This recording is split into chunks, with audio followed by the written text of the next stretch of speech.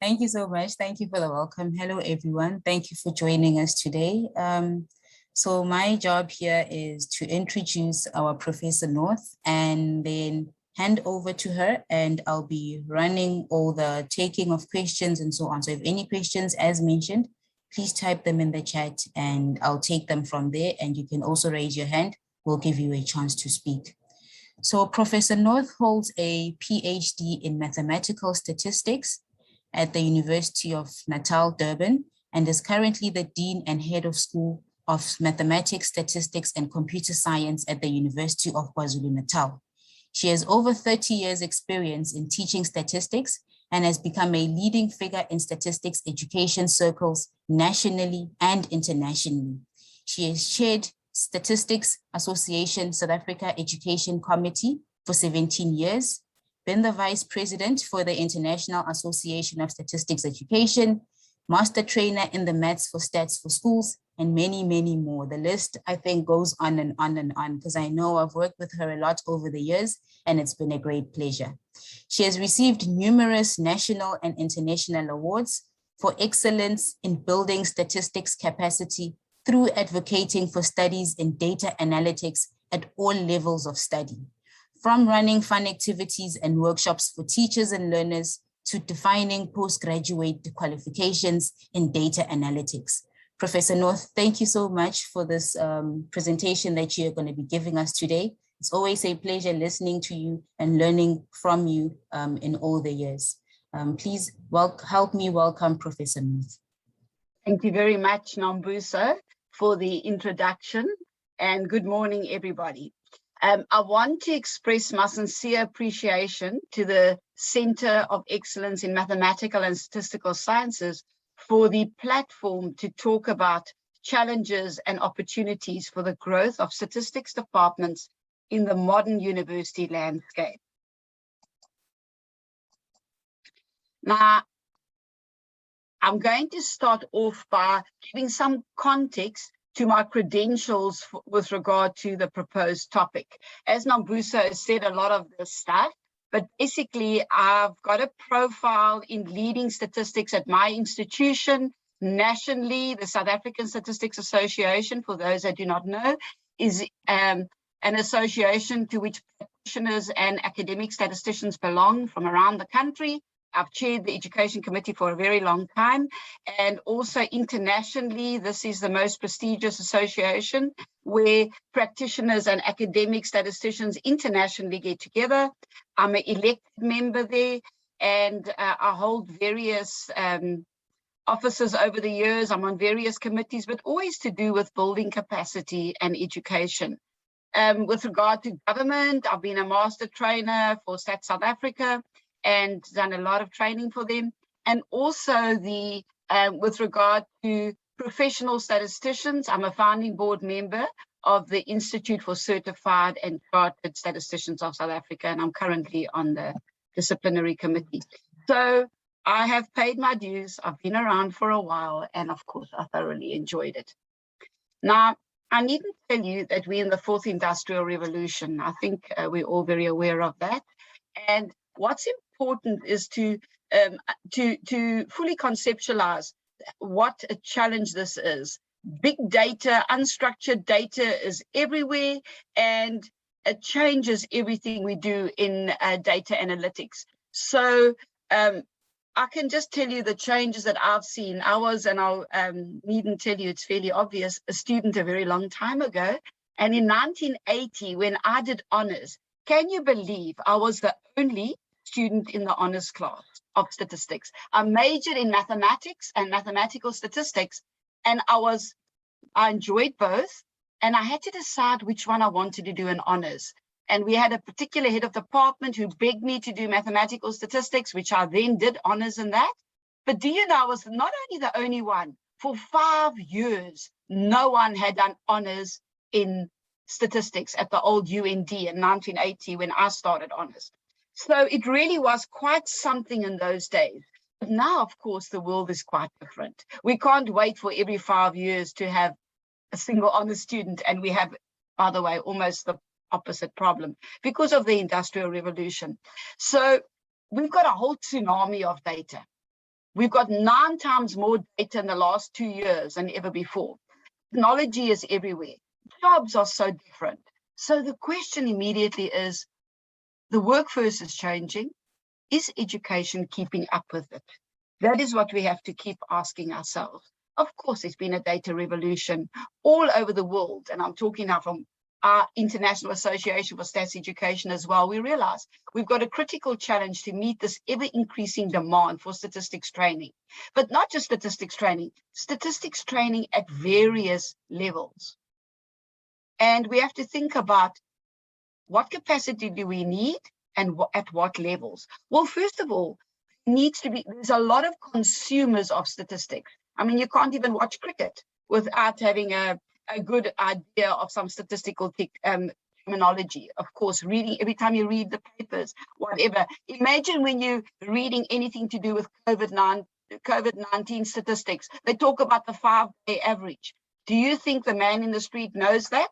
Well, that should be in the school curriculum, because by the time this child leaves school, they should know the basic terminology to be able to engage with facts and figures in the newspapers.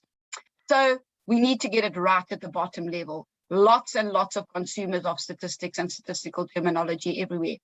But then we get to the producers of statistics. So really we're talking about the ones that are experts in techniques that are already there. So these are our BSc undergrad majors, maybe somebody doing 18 months of statistics. What are the techniques they need?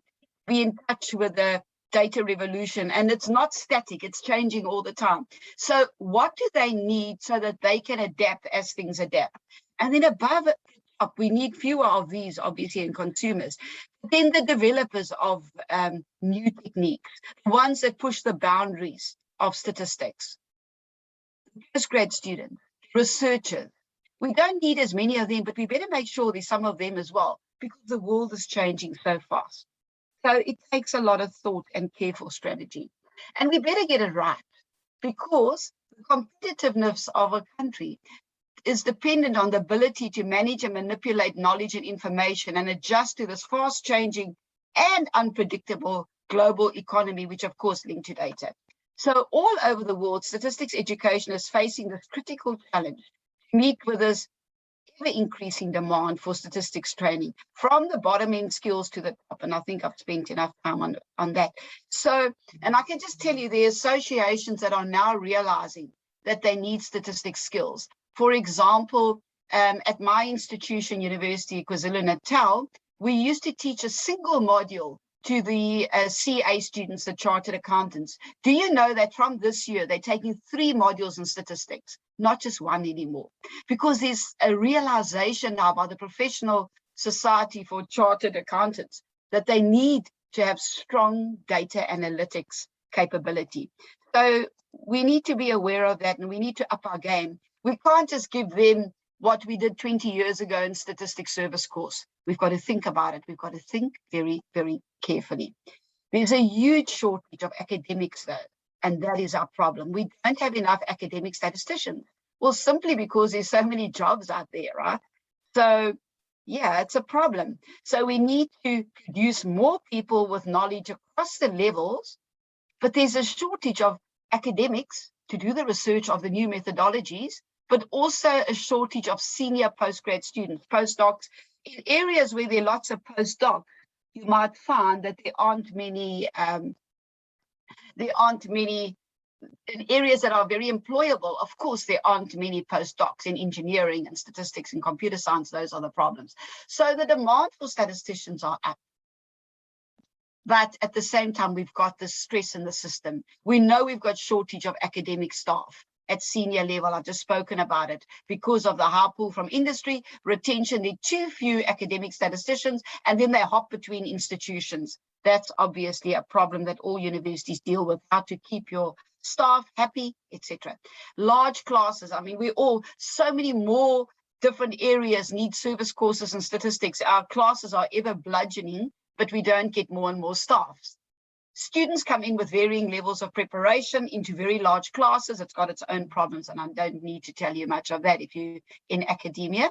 Also, lack of funding now for senior students, postgrad students, honors students. there are fewer bursaries available than there were a few years ago.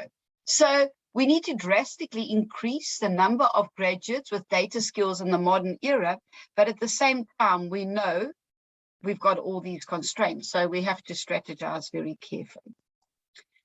So it was predicted that there's going to be a deep shortage, an extreme shortage of expertise in data, in statistics and data mining way back in 2011, and they gave some prediction, and it's definitely true. And I recently saw this, and I thought that was really nice. Basically, it's saying, well, we all know if you're working, for example, a problem with SASL data, you need the domain knowledge, you need some computing skills and computers, and of course statistics, and it all comes together with data science. If you ignore the statistics and you think you can just have a program, run it, and you've got domain knowledge and you're going to do great data science, you're mistaken, because it actually says you're in the danger zone. So we all need to work together, but in a way that data science, is it a game changer for statistics? Are we truly thinking very carefully how it can benefit our discipline? And the biggest question we should be asking ourselves, are our statistics programs fit for purpose and well delivered? Fit for purpose means we're not just still teaching what we used to teach 10 years ago, because it's so easy to just teach what you always taught, to research what you champion in. I mean, you got your PhD in whatever area, so you just bang on. People must come in, students must do papers as postdocs in that area. And then the argument in many areas are our students are so clever, they can go and work in a bank, but nothing I teach them is to do with data and banking. So really, we have to think carefully that we are adapting our program so that students realistically get jobs in the new age, jobs that will be in a way that it's a feedback loop, so that we know in our discipline what needs to be researched by our senior students. Because if you're out of your discipline area, there's no way that you can do that thinking. So it's a total rethink needed. It's not business as usual. So what can we be aware of? Well, the State of the Nation address in 2019 by President Cyril Ramaphosa spoke about 7 priorities. One being job creation, economic transformation, and education. So job creation, economics, some light bulb went off in my head, and I thought, okay, well, that's important to government, so they better put some money there. And this year I saw the notice, and I'm on leadership at my institution. 21 universities in South Africa are going to have an institutional review. So what is this institutional review? It's also to they advise the Minister of Higher Education, the CHE. This is important. It's a curriculum review to do with likelihood of student success. So my first thinking was, student success, they must mean like how long does it take a student to complete, right?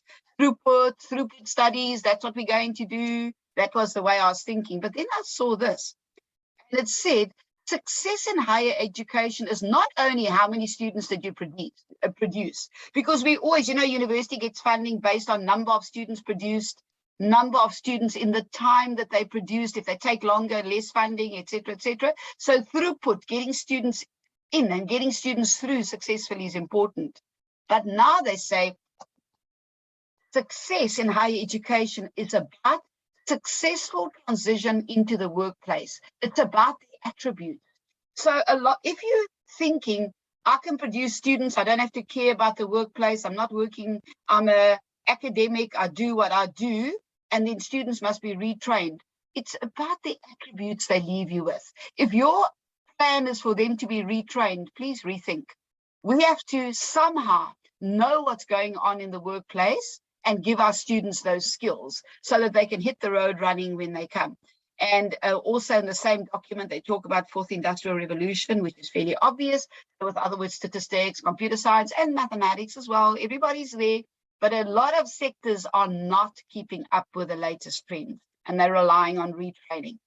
So the white paper as well that governs research and so on talks about science, technology, and informatics, and it says transformation, transforming the human resource base and investment in STI, science, technology, and innovation. So there'll be money there for our students. So university must prepare the youth for the world in which they live, and we must get working partnerships between business, government, and academics somehow. that is what we should be doing. And remember, we're in the fourth industrial revolution, data is everywhere, so we need to think about how we're going to do it. Now, a few years ago, quite a few years ago, was an investigation into the 21 skills South African companies across industry are looking for. And at the time, I made a little star next to the ones that you would get in any classic statistics major BSc by the time you finish. When you leave third year, you should be ready to go into industry straight away with some skills, or to have that's the balance. You've also got to have the skills so that you could go to honors and masters. We want people that are furthering the science base of the discipline as well. So it's getting that balance right. And these are the skills, I've just written them down here, part of the 21 skills that are directly in any statistics major at a reasonable university. So we know the shortage of work-ready graduates is common all over the world because it's changing so fast. There are areas that are banging on and just doing what they ever did for the last 10, 15 years, not thinking about work-ready, maybe, as I said, thinking retraining, but really the problem of graduates not getting jobs and not being work-ready is very, very pronounced in developing countries. And, as I said, I go to many international conferences, and this is our thing that we think about. So reality in South Africa is the following. 54%, this is about 6 months ago data, 54% of grade 12s, 54% of the youth ever complete grade 12, and 6% complete a university. So that's rather low. So not surprisingly, a lot of the youth are unemployed.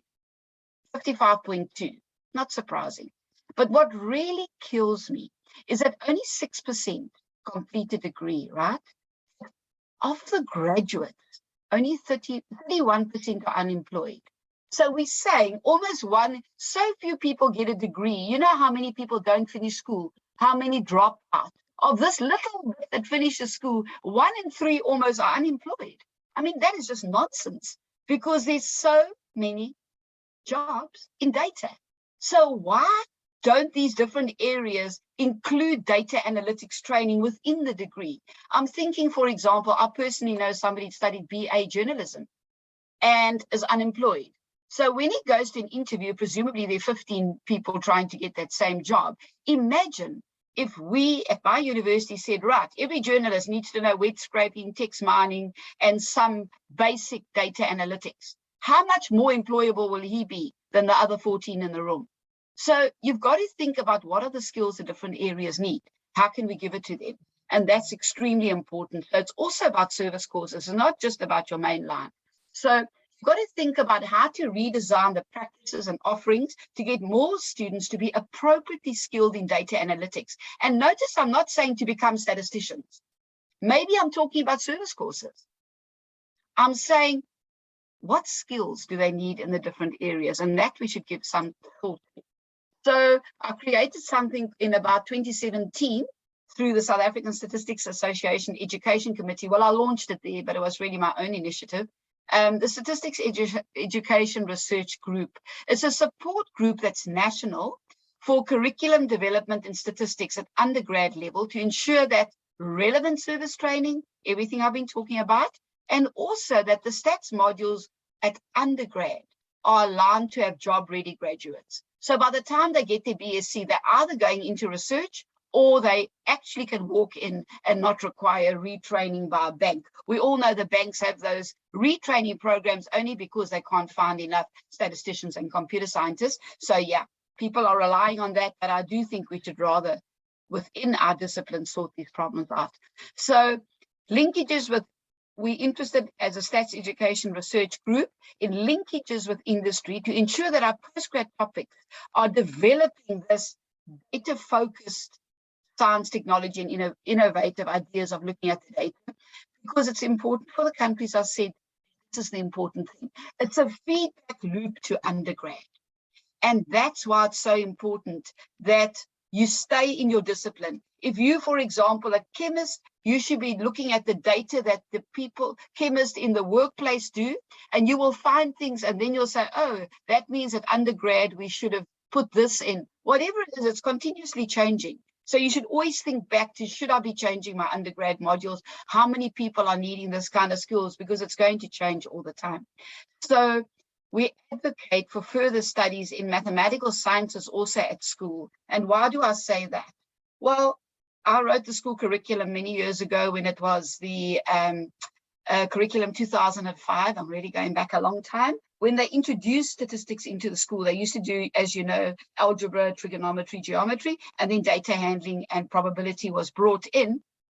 But of course, at school, sadly, it's not always done in a way that will give students appreciation for statistics. It's hidden. It's within mathematics, and it's not called statistics at school. So when they come to university, they don't say, oh, it's statistics. Yeah, that's that thing I did in data handling. The connection isn't there. So we need to be sure that statistics is appropriately taught. It's not about, can you find the standard deviation and make sure you have the right number of decimal places? Because sadly, that is sometimes how it's taught.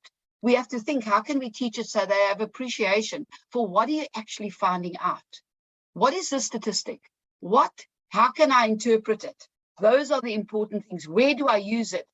See the use of it, see the interpretation, but of course, teachers haven't been trained in that way, so a lot of work to be done. So we have an annual conference. This, for example, was the May one, sadly, before lockdown. I hope we'll have another Salt Rock one. And anybody here, please come to our next one. We have a lot of fun. The 2019 one, 13 universities were present, and it was really people from higher education from around the country, also industry. And these are all the universities that were present. CoE-MaSS Institute is there because my university is one of the global academic partners. It's a long story, I won't go into that. But the bottom line is we bring together teacher trainers from Edgewood College at my university, industry, and the statistics lecturers from around the country. This is an example of the kind of person that I have access to because of my international connections. Christine Franklin is from University Georgia. I'll talk about the others just now. She's Professor Emeritus, University Georgia, excellent university. American Statistics Association, by the way, it's like South African stats. She is an ambassador for statistics education. She's an elected fellow. And she came when I said, Christine, I'm having this thing. She said, I'm there. She came. Here she is with me at Edgewood College, our teacher training college. We do a lot of fun activities for teachers. And grow at the bottom, as I said, to bring awareness. And I think I've spoken enough about that. This is Rohan Young, for those of you that aren't in statistics, wonderful person. He's been involved in more than 500 industry projects, sort of half his career has been in industry. He headed the Center for Business Mathematics and Informatics, very involved still. And he's had so many awards for research. Now, it's not about working with industry only in the way of applying techniques in industry. It's also trying to find new techniques. And that's why he's had all these articles, because of innovative ways of applying existing techniques or thinking of new techniques.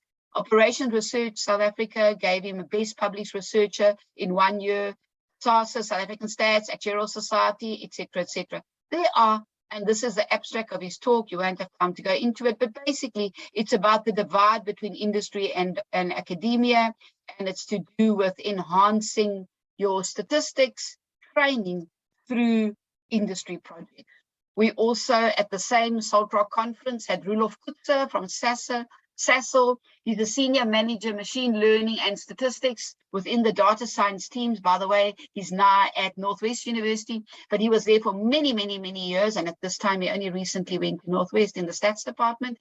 But he was affiliated associate professor at University of Free State, council member. Here's his whole story. And this is his title, Challenges, Opportunities, Success Factors for Statistics and Statisticians within the Greater Data Science field. So Stats Education Research Group certainly brings together teachers, industry users of statistics, and academics from around the country. I showed you the universities. So it's about getting everybody together. So what did I learn? What we decided at the end, two very important slides. What is important for these countries? For these companies, they're not saying, I want people to have that technique. They want a talent pipeline of people with reasonable, up-to-date knowledge in statistics. They want to know that they're going to keep coming. They don't want one student and 5 years later, because just like we're battling to get academics, they are struggling to find people to employ with relevant skills. Not everybody has got the funding like a bank to retrain. So we have to think, okay, so that's what they want. They want alternative insight. So they want new knowledge that they can say, wow, this is a new way to do it, and the existing maybe can't do it. They also want, and this is the one that shocked me, they all want community engagement. They've got their own things that they have to do, but they have to show, and I've just shown you the State of Nation address. They're also under pressure to transform their profile of staff, specifically at senior management, and to show they're feeding back to South African youth, to the community, doing good for the community. Johnson & Johnson, all the companies are under that pressure. We're the perfect ones that can help them. We've got those students in our class, so give us bursaries and we'll do it for you. So that's really the message. So what you want to achieve in, I think, after all these stats education research discussions, you want to get the whole spectrum going. We know at the top, we want new methodologies and we want innovative ways of using existing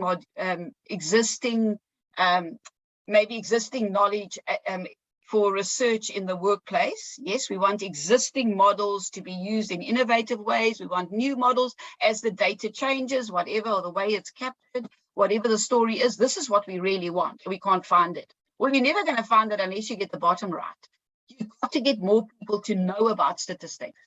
Even 2 years ago, I asked my honors class. I had about 23 at the time. How many of you came to university in first year? They're in honors statistics. Who came here to say, I'm going to study statistics? Do you know what? 0. Can you believe it? Just like me in 1980, our students still do not come to university and say, there are huge jobs here, let me go there. They don't know that. And it's really sad. And it's sad because the teachers don't know it, so how are they going to tell them? Well, it's our job to tell all of them, right? We need school leavers with an interest in making data science, statistics. When I say data science, I mean data science, data analytics. They need to know working with data is very, very important. So we need school leavers with an awareness of opportunities if they study data analytics. That's very important. How are we going to do it? I'll talk this now. We need undergrad studies that then say, this is where we want to be at postgrad so that we can do these wonderful things. What must I do here?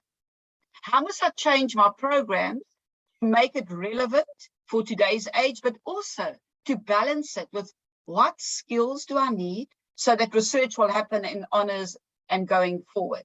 And that balance is very important. We're not a technicon. We're not only thinking about jobs, but jobs are primarily important. So we really know what we want to do, but at the upper end, that's where everything is. We need the postgrad students to be more, because not enough are on the market or at university. We want more PhDs. We'd love postdocs, never going to happen, but we also need to get students through the systems sooner. So, and get more in, as I said. So how will we do that? You need to know your own institution. In 2017, my university defined a new strategic plan. Here it is. And it says they want to be the premier university of African scholarship.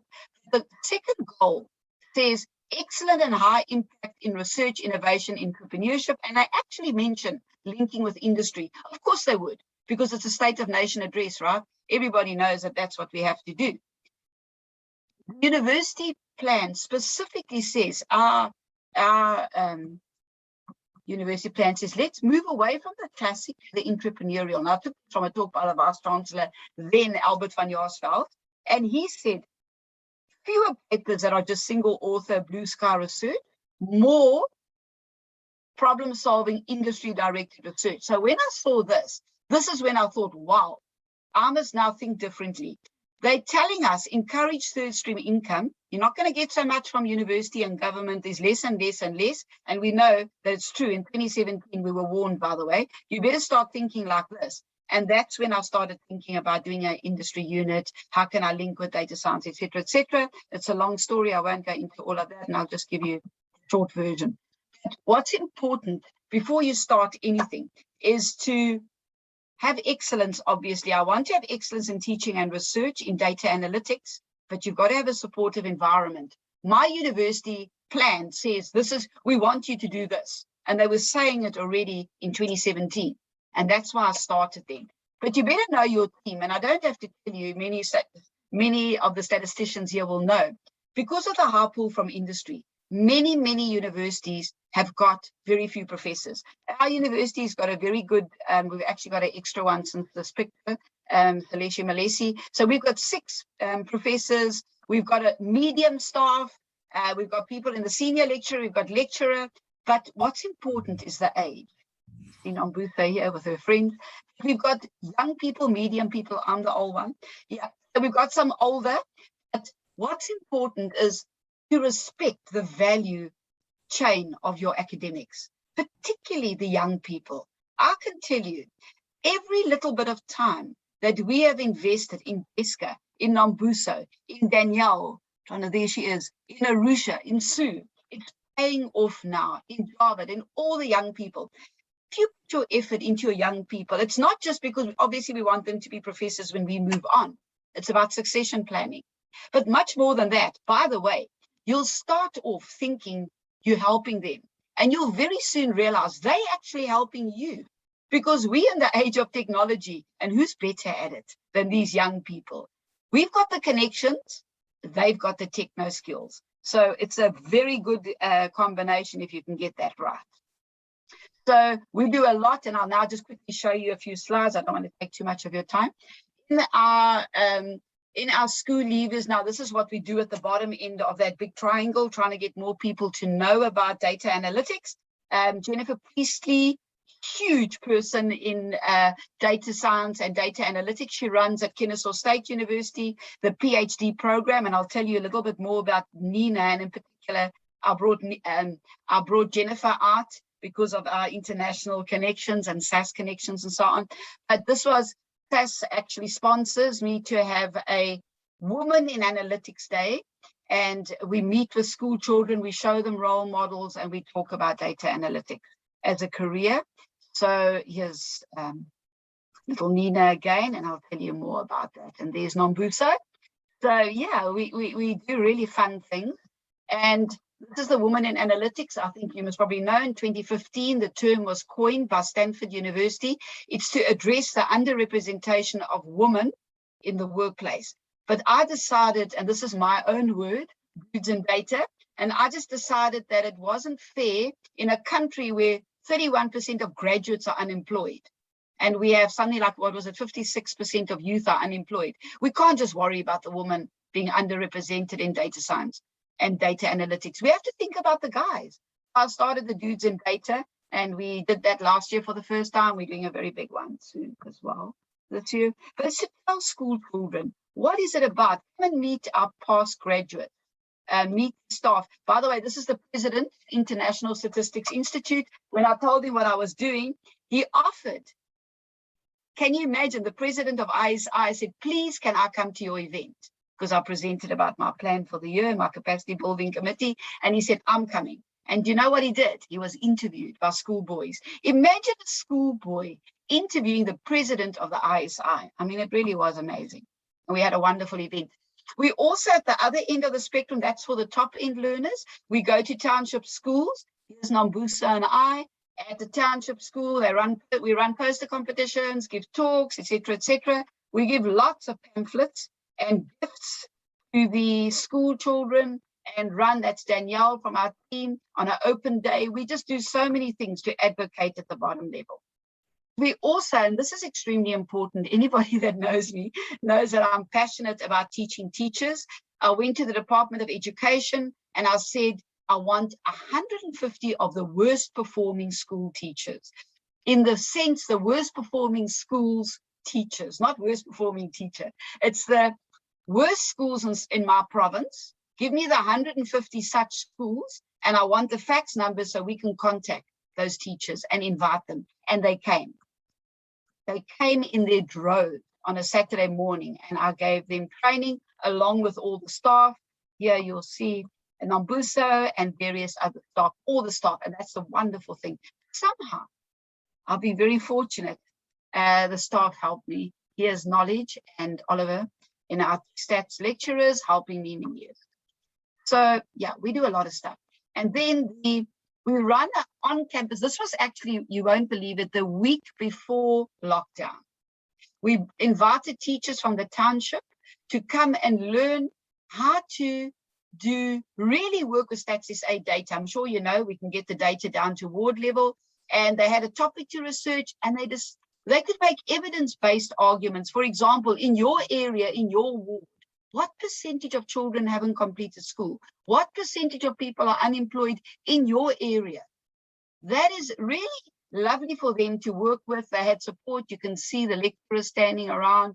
There's Nambusa, I'm here. Everybody helped, not a single academic, and I don't force them as dean. I invite them. And do you know that not one academic said no? There's a router as well, Harvard, everybody's there. And then afterwards, we took photographs, and you can see we obviously get funding, spoil them. We had a wonderful day. So unexpected spin-off, great team building. You'll see the girls laughing at the back. I'm laughing. We're teasing Tomeska and he's laughing. The staff are joking. It's not something which is unpleasant. We love doing it, not just me, everybody. And what I found strange too, a lot of teachers love coming and having photographs. These teachers told me they'd never actually been to a university. They studied at a college and they'd never been to a university, so they wanted their pictures with our signs. And that was really an unexpected spin-off. We excited the teachers and we made them aware so that the conversation about studying data continues in the classroom. Undergrad training, I won't say so much here. Basically, you know, you have to review your courses, not just mainline service as well, knowing the area that person is in, like chartered accountants, whatever. And then the undergraduate modules in a way that they will be job ready straight away at the end of third year, or they must be ready for, not all, they must have both. They can choose left or right. So they can go into honors or they go reasonably good chance of getting a job. What skills do they need? That's what this focus is. And how do we do it? We expose our students, even at undergrad, to realistic data problems, by the way. Maybe it's more in third year for the very big data problems, but we definitely think that's extremely important. They work with government data, industry data, even at honors and third year level. And we try and not give simulated data, give real problems. And I'll show you some lovely ideas just now. We do research-based practices, and we actively participate internationally and nationally. Very important. Usually I find going to these international conferences, when I'm thinking, how am I going to get this right so that this kind of student has got the right path? They've already solved it, by the way. New Zealand, Australia, ASA, they're way ahead of us. So I think it's extremely important to go to international conferences, then to share the ideas nationally. And that's what we do through Stats Education Research Group, SASA, etc., etc. We go to international universities. When before I started the data science postgrad program, which I'll talk about just now, I went with the head of SAS Global Program, and we went to Michigan Institute for Social Research. We went to the North Carolina campus, University of North Carolina, Kennesaw State. That's where Jennifer is. I went to Sweden with Tomeska. We went to University of Cincinnati. We went to so many. And we saw Oklahoma University, see exactly what they are doing for their PhD, so that we can say, okay, this is what you do to link with industry at the top level. What can we do and do it up to master's level? And in the end, what we did, and I'll talk about the master's just now, I was head of statistics and actuarial science after the merger, which was 2004. And this was the old actuarial program, 3 years of maths, 3 years of stats. And then statistics department actually taught all the banking, banking courses you can see here, which are courses in finance and Black-Scholes world and stochastic processes, which we teach stats as well, but maybe slightly differently. They did some accounting and economics. But we threw all this out. Financial reporting is just a kind of economics. So we threw this out. We kept 2 years of maths and 3 years of stats. And then we add computer science. They only used to do one module in actuarial science in computer science at my institution a few years ago. I think it was closed in 2009, and I was desperate and fought like crazy when they tried to close it, but they did, at restructure. And then after throwing out the finance and the economic stuff, I added all the computer science. This used to attract students from all over Durban. I said, like, if that attracted, maybe I must make a data science BSc, because I was thinking of what I want at the top after my visits with SAS. I want to be there. What must I do at the bottom? And I thought the best thing is to start with what used to work really well. So I threw out all this and I added in, and I just replaced with all of that. And the beauty of this is that now students do, for the data era, 3 years of computer science, 3 years of stats, 2 years of mathematics, that's existing modules. And this is where the bank, Standard Bank, ABSA, our students are working there. They did this degree, actuarial degree. I have got so many compliments about the students that did this program. So now I can contact them and say, you know what, we've got something very similar. You want data people, Nedbank, you know me, you know my institution, you love them. Let's show you something similar, but more up to date for today's world. And funnily enough, it's a really good selling point. So data science, another beauty is doing it like this. A student doing this data science degree, once at the second year, they can say, you know what, I don't want to be a data scientist. I'm going to be a pure mathematician. And you've done the right maths for that. I want to be an applied mathematician. You've done the right maths, because they all do these two only. Then you can say, I want to be a computer scientist. I'm going to drop out, never do stats again. That's cool. You can do that. You've done the second year computer science. Then you can say, I've done, so that you've done these 2 modules. You've done your 2 modules in stats, which is your second year. So now you can just say, I'm going to carry on in 3rd year and only do computer science. And then you throw the stats out and you just add your maybe ISTN, information systems. Maybe you want to major in computer science and maths. But the beauty is you're not locking people in with a name of a fancy degree. Data science will bring them. But at the end of every year, I tell students, even students, don't decide now, I'm going to do data science. Yes, the jobs are there. Yes, the money is there. But the rest of your life where you work is a very long time. So think carefully and decide at the end of each year. You can do physics in your open one, so that astrophysics is still open to you. You can major in physics and maths by making a change in your second semester of second year. Just so many options. So yeah, these are all the different majors you can do. You're not bound to major in data science. So we delay specialization. There are lots of options, but I can assure you in the stats modules you do here, you get very modern training and in computer science and in maths, yeah, but they're training across the spectrum, it's harder. So we have, even at undergrad, these are honor students. We have, there's Nina, we have project where we call the industry partners in. They get the data from industry, massive data, and we call our partners in. When they come, this was NetStar data the students worked on, and when they do their presentation. So that is what we do at undergrad. We keep reviewing, we keep thinking, reflecting internationally. At postgrad, we want more focus on data science type topics that are aligned to solving problems that come from government and industry, large unstructured data sets, etc., but in a way that furthers the data science, statistics, data analytics field. That is the important thing, because everybody is running to data science. You'll find people, I don't want to mention the disciplines, they have never touched data in the past. Now there's money in data science, so that's their new area, but there's no feedback loop into the undergrad. They're not looking at the whole value chain. They're just saying, I can try and do maybe some, I don't want to say moonlighting, private work here, get money. That's good. There are opportunities, but it's not going to advance your discipline. So we've got to think carefully. We want to have less highly specialized training areas that don't lead to job opportunities.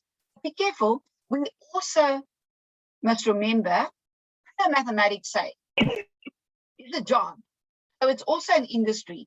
So academia must also be looked after. So I'm not saying academic inward focus is good for some theoretical areas, but we don't want too many people there, right? Because there aren't as many job opportunities. But that still needs to be strong and needs to be there. So what did I do finally? Esken Zewata, he's a very senior research professor, and myself, we started data science unit for business and industry, actually. And what it aims to do is to link statistics sector with industry in a very novel way. And this is our aim: production of data science with work experience and high-end data analytics directly linked to the workplace. And the most valuable thing, most valuable, is your students and their attributes. Because it doesn't matter what talk you talk. If you don't bring your students with the right qualities to hit the road running, you won't be branded as successful. You might, yeah, success is getting money in or getting funding for your postgrad and not thinking about how you add value. It's a short-term success. So we collaborate very closely. We can do tailor-made training, etc., etc. We build on our past strengths. These are the places where our postgrad students in the past have worked. I'm not going to read them all: government, municipality, etc., etc. And there are many others as well. And there's some industries here. But it was one master student, one postgrad student, and that's not taking at a time. One student worked on, for example, let's just take electricity department data on a particular project, one master student. That's too slow, right? We need to do more. So if we want to do this university industry collaborative research, we get the advantage that some of the people in business, in industry, like Rudolf Kutzer, is prepared to be a co-supervisor. And that's valuable because the students are working on his data. And we're also learning from him as academics, because you can't sit in your office and think you know. You might think you know, but you don't know. And only when you're deep into a problem do you understand what knowledge is needed in the workplace. Think about whether you're giving it, and think about where you should fit that knowledge into your training. So very rich feedback loop, undergrad. Of course, working with industry, we get training, we retain our students, because now our students are interns. So in a company, so they're not as quick to rush away and leave if they've got a bursary and they're an intern. And I want to quickly tell you about Nina. She started off with us with a BSc, majoring in applied maths and statistics. And she's really done well. She's produced 3 papers in her master's. She's been accepted, fully paid for, to go to America and do a doctorate at Kennesaw State because they're so impressed with her skill set. I talk to her all the time. It's going very, very well. But her doctorate degree is in analytics and data science, because that's what she's prepared for, by the way. And really, I can't emphasize enough, build your brand. Think carefully what you want to achieve. So this is what we do overall. We used to just have the top row. We've got our BSc, our honors, your master's, and your PhD, one student at a time, maybe a hard topic in data science, but it's 1, 1, 1, slow. So now we have your data science as well, which feeds into your honors and statistics. And then from there, you go to your coursework masters, because here we run short courses. We've got 6 short courses. We've got a massive industry project where they can be interns in companies. And this is where we massify. We bring more through. So we also have a postgrad certificate for people that have left university a long time ago. In the workplace, they've got data training, but they need to upskill. So I won't spend a lot of time on that. And then just to say, it's important to keep track with your past students so you know where they are. Go to not just go to South African stats, and go to international. This was an ISI international stats talk, a thing I did in, I think it was 2019. What's important is actually organizing sessions. When you see a call, I'll organize a session about education and industry. I'll organize a session about delivering industry integrated skills and between the university and industry, and etc. So it's not just about attending, it's about attending, talking, getting feedback. So take part in every single thing you can internationally. Take part locally, do whatever you can to put yourself out there. And these 2 were both last year, by the way. So within the last 12 months, I've done these other 2 things. And also, now I've said all the things that we've done. What have I learned? Conferences are not just to go and learn. Conferences are for fun. It's a harsh world. It's lonely for young people in particular, and you see this picture again. Make it your team building, be inclusive, bring your young staff around, because if you don't do that, you're going to lose them to industry. They must know there's a future, it's big, you're part of it, You're a key part of it. The young people, please keep them close. And then I find it's really good to work with industry data for your project. Students understand the data of the university when it comes to throughput. They know what it means to drop out, to not meet the criteria for progression. So yeah, I think using industry data is very valuable for your student projects, even at undergrad. And got involved with student feedback. You know, the students say, I love the lecturer, he explains well, whatever. We got various questions, and I was involved with the university project. We said, how can we do it differently? How can we improve? But that data set is such a beautiful data set. The students all do the quality promotion tick, tick, tick box, but why don't they ever see what it's saying for the whole university or for the college? I mean, those things are important. Get involved with performance management. You know, we were starting a new one. I offered to work on the data. When they were balancing teaching workload. Are the young people doing all the teaching and the professors only want to do research? And it was we developed the index for the university. Bottom line, involved with university institutional research. Valuable data, big data, it's large. I mean, I'll go back 15 years of data I've got, and we've done wonderful projects for the students for that.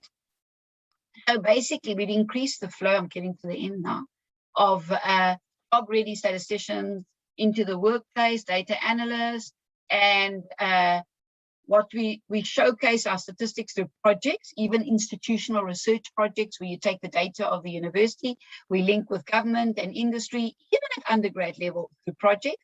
We have academic collaborations, and we advocate a lot so that school children and teachers, the conversation is also in the classroom with the teacher. So make sure that they have got the right one. So what did I learn? You need to carefully plan, link with industry. The benefit of your discipline, and just rush in and say, oh, well, there's a project, I'm going to do it with my PhD student. You can, but rather do it to build your brand. Think what is the area you want to go into, how are you going to do it. Play to your strength. If you've got a lot of people with biostatistics knowledge, go and link with a company that maybe does some medical research. I mean, there's so many opportunities, it's scary. But think of something novel. Don't have loose connections. What I'm saying by that, you can go and run short courses for industry. Of course you can. You can say, I'll run training. But I find it far better to say, we've got a BSc, we've got an honors, we've got a master's, and within that degree, we want to do projects. We don't just want to say, here's my postgrad students, they can do a project. It's not the project that's the topic of their PhD, but we'll play with you on the side. It's a consulting thing. That's okay, but that doesn't infuse your qualification to the extent that it would if you actually put the project inside the degree, because it's really important, but do it in a way that your graduates find work, and that's important. Rich feedback loop. And I also learned, by the way, it's a heck of a task.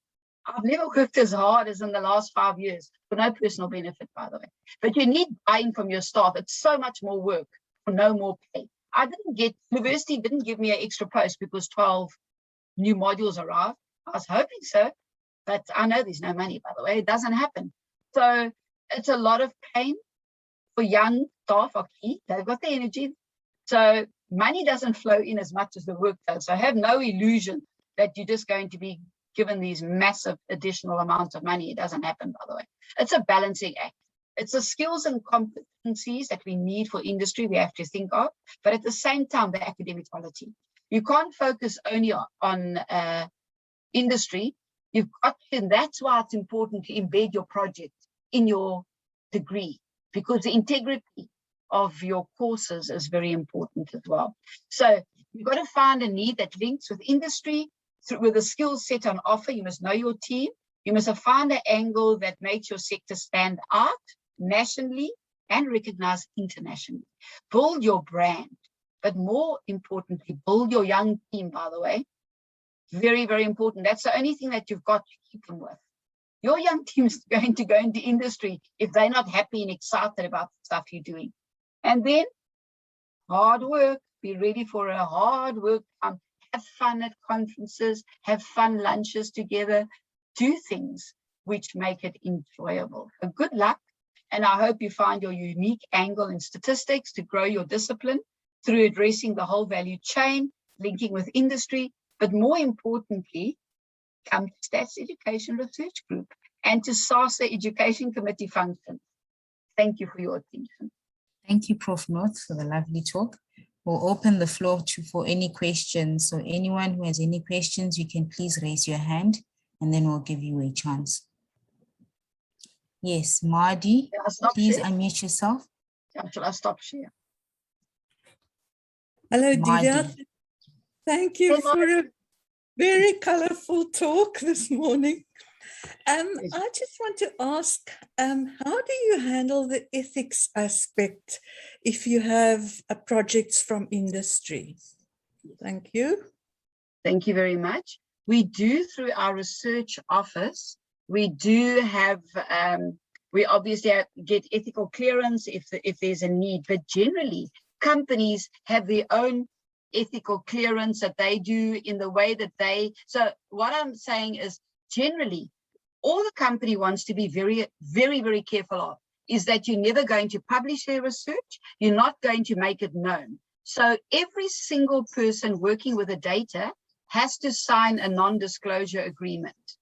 So it is done actually physically. We get the students to sign, we take it, we tell them all the time, you cannot share these results with anybody. The results are the results of the industry. And if we're going to do a paper, we discuss it with the industry, but it's never for any student or any researcher or the university to own that IP. If it's within the, if it's data that we've got without full disclosure, and then we go through our research office so that we have a proper agreement. So like a MOA or whatever it is, if you want to make it a bigger project. But we do have memorandum of agreement with a few companies, and maybe within that it's discussed. But if it's like we did it with one company last year, just for honors projects, we just get everybody involved with it to sign a non-disclosure and to be fully aware of what the expectations are. I hope that answers your question. Thank you. Thank you for the question. Can I maybe take 2 or 3 questions at once and then Prof. North will answer them after, since we're running out of time. Moman, you can go ahead. Okay, I mean today maybe at certain areas you're my superior, so I'm talking to you along those lines now. Delia, what I want to say is I want to talk something about the interaction between the academia and industry. Now, when I say industry, I mean users of statistics. Now, I'm going to use an example that I do with my students quite often. When I ask my students, I teach them something, I ask my students, are there any questions? And my students say, we have no questions. And I say, are you sure we have no questions? And I say, well, if you have no questions, that can mean one of 2 things. It means either you've understood everything, it's been taught so well, you've understood everything, or it means that you do not understand sufficient to have a question. Now, I'm inclined to say, well, the second of the 2 is more likely. Now, I want to say the same thing about the interaction between statisticians at university and those in industry, the users. The users often are not able to see the benefits they can get from contacting the universities, because when students leave the university, you cannot say, well, they know everything. They are completely ready for the workplace. Okay, they know certain things, but what they maybe don't know, or what should be emphasized a lot when we teach them, are the limitations. So typically, you do a regression problem. You fit it. Now, somehow your assumptions that you make when you taught at university, it fails. Now, what do you do after that? Now, okay, if you go up to a high level there, but you know, if you can teach the students to appreciate that and get back to the university. Now, from the university's point of view, the university would want to use feedback such as that, not just provide a service for industry, but to improve their courses, to put it as part of their honors or masters or whatever as problems. So that'll also be a way for universities to see what kind of problems come up. And I think when teaching things at the university, you know, you should maybe emphasize that particular part quite a bit to teach them, okay, they know, but also their limitations. When they do not know, to get back to universities. Okay, I think that's more or less what I've got to say. I'd like to have your reaction on that. Yeah, Henry, sorry, I'm calling you first name. It is really, you, as always, your comment is extremely valuable. I don't see it as a question, I more see it as a comment, but a very valuable comment that immediately puts you in line to be one of the speakers at my next thing I organized. Henry ran the consulting sector, for all of you that don't know Henry, for many years as an extremely experienced applied statistician. He's got a lot of experience in linking with industry. So what you say, of course, makes a lot of sense. There's very rich experience that is gained by linking with industry. But of course, as I said, it's got to do feedback loop. But no academic must ever think they know more about the workplace than the person actually there. And you only will find out where your shortcomings are while you are working on that problem. So what you're saying is extremely valuable. Thank you, Henry. And we will definitely be talking. Thank you. So I totally agree with you. Yeah. And David? Delia was one of my lecturers. I don't know. I was going to say, it sounds like I've set up everybody to talk. Thank you, David. Lovely to see you. Yeah, I remember you very well. I heard what you said about non-disclosure agreements and so on, but often I found when you're looking for data, for example, in confidential or basically confidential information, something like a financial institution or a medical institution is, never mind how many documents you sign and how many agreements you make, they're very reluctant to part with data, full stop. So I don't know how you tackle that. Well, I can tell you of two cases I'm aware of right now. The one is where it's really massive data, but we did sign a, as I say, a non-disclosure. Was with a little, it was big data, but it wasn't an ongoing project. With the one we signed sort of at university level, a memorandum of understanding, and it involved not just the project we were on, but other projects as well, even one in engineering. So it was handled within that way.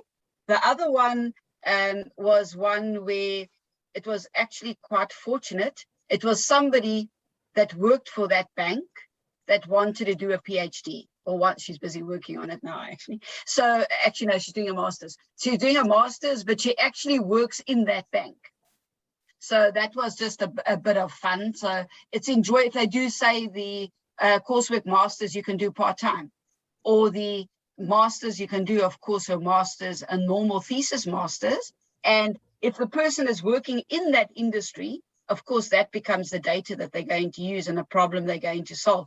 So we've only ever had sort of tried to get not everybody to have a different project, but a large data set that a few people work on different aspects and different problems with that data set. And then we have a MOA, memorandum of agreement. But of course, as I say, if it's a smaller project in that it's once off, I haven't had a problem with them parting with the data. But the bank's never going to just give you data, obviously. So because we had a similar situation, guy doing his master's, he worked for Nedbank or whichever, and it took about 6 months to go through all the legal department, etc. By which stage you're already halfway through the year. So by the time of actually getting on with the project, so the mere fact that he worked for the bank didn't seem to make a whole lot of difference. Yeah, look, it's not my experiences, but thank you for highlighting the frustration. I can understand totally why it's a frustration. But as I said, with companies with a one-off project, they're happy with the signing off. But also, what's quite important is that they come and speak to the student, and it's both way feedback as supervisors. With other words, the students present to that company maybe once every 2-3 weeks. So they don't just give the data and tell us what they want done and they go away. They actually, whether it's online or face-to-face, come and listen to what the student's done so that you're sure you're solving the right problem still in a way that they want it solved. So that has been quite valuable. And maybe just for us, by getting each student to sign it, not as big as a bank, but it was a national company that's got branches in every big city and didn't have a problem with sharing the data as long as the students all signed. Okay, thank you. Thank you. Can we take one more question? Any burning questions or comments? Hello, thank you, Pa, for a very interesting talk. This is Wayne Chi from School of Mathematics at Wits University. I am a mathematician by research, but I actually work in corporate for 7 years before I came back. And what you have presented there is exactly what I have found over the years of working at corporate, how things are done, how unskilled our graduates are, and how difficult it is to keep good students motivated and stay in the university to make a difference. And I still have contact at corporate, in banking, and everybody kept complaining about the fact that our graduates are not trained correctly. They're not skilled to hit the ground running, and it's a frustration thing, of a very frustrating point. And it just feels like things are not getting better. And I'm very glad to see what you are doing at your university and how you are trying to make a difference also from the ground up, from the high school level. I think it's very important. And one of the things I am quite horrified to see is the fact that in order for schools to get a better pass rate, matric pass rate, they would convince kids to drop their mathematics into maths literacy. Yes, and I think it is career suicide. Now you're saying something else. I am horrified, and I am really as a mathematician who's in charge of first year maths, I'm just I'm not happy to see that, and I agree with you. I think they should also teach students at school level the basics of statistics, because big data and data science has always been around. Just that there's more people are more aware of it. But what I have seen, and I'm trying not to shoot myself on the foot, certain departments I have been involved before where they are doing the big data program, they sort of bypass the statistics knowledge, which I was horrified. You cannot do data analysis without. You saw the danger zone, right? Yes. So yeah, anyway, but thank you very much for your talk. And I'm so glad to see that there are someone who's senior who's trying to make a difference, because as a more sort of, I'm not quite a junior staff, but not quite a senior staff. It's like talking to the wall. Nobody wants to listen to me. So yes, thank you very much for the talk. I'll have a quick response, Winchi. I am so excited about what you just said. Please contact me. We can definitely talk further. Yeah, what's important, maths and maths literacy. I don't know if you know Paddy Lahotler, the statistics general. Him and I did a lot of projects together, and he used to always say mathematics literacy makes people think they do mathematics, but of course it is a practical skill of mathematics. It's sort of the old arithmetic, but it's got no algebra. No one can do maths literacy and do a science or commerce or engineering, and it's really sad. So those little children that sometimes they don't offer maths at their school, only maths literacy, by the way. They immediately, when they go to maths literacy, they're not allowed to do any science, and their job opportunities are so few. But I was on Umalusi for many years, and I became aware of a study where some children in a private school over a period of about, I think, 4 years, did both maths and maths literacy. They wanted to go off maths, but they stayed in maths, and then on a Friday afternoon, they got extra lessons of maths lit. So they could have both these, both the maths and maths lit, because they were trying to see that they've got the safety net of maths lit if they fail, but at the same time, they don't have to panic if they fail because they passed the maths lit, and many of them passed the maths. So the maths lit, so that was beautiful data, and one of our master students is working on that to see sort of the patterns and what are the areas that they were weaker in, et cetera, et cetera. But yeah, the maths, as Paddy Lahotler said, the Stats General, maths literacy, really, it is extremely unfair for a child to do that by the school maybe convincing him if he could just get a little bit of assistance and pass mathematics and have a chance of employment, I think, better. So thank you very much, Winchi. Yeah, we're passionate about this thing and we'll work very hard with our teachers. Yes, absolutely. Thank you very much.